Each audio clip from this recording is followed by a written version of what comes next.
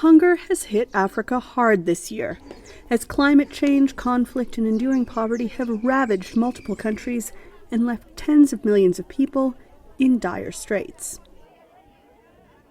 Countries as diverse as South Sudan, Malawi, and the Central African Republic have sounded the alarm in recent months.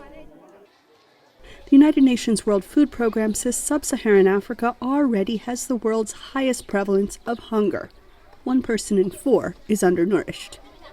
Every day in Africa, 23 million children go to school hungry. The agency's David Orr says that in the lower half of Africa, where weather is the main culprit, 2015 has been an unusually difficult year.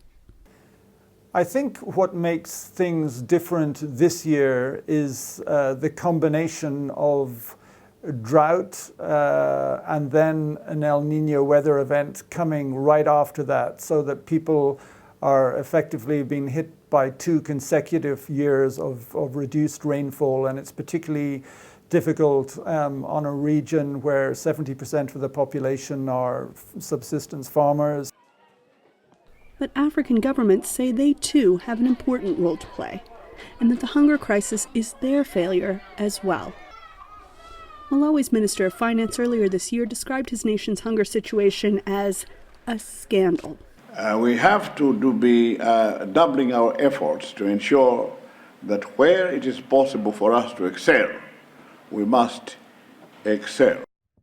In Ethiopia, the government has committed a record sum, $192 million, amid news that as many as 10 million people will face critical food shortages next year because of a crippling drought.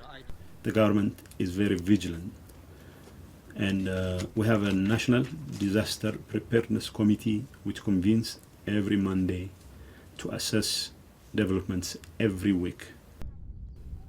Elsewhere on the continent, such as in South Sudan, the problems are trickier. There, 2 years of brutal conflict have played a huge role in pushing hundreds of thousands of people to starvation. Aid officials say relief agencies can only do so much on their own.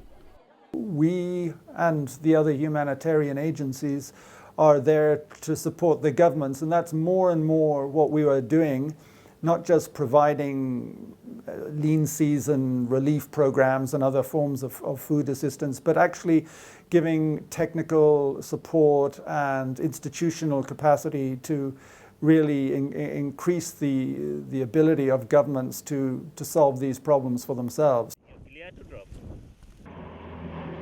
Ultimately, they say the solutions cannot come from abroad. If Africans are to combat hunger crises in 2016, African governments will have to take the lead. Anita, Powell, VOA News, Johannesburg.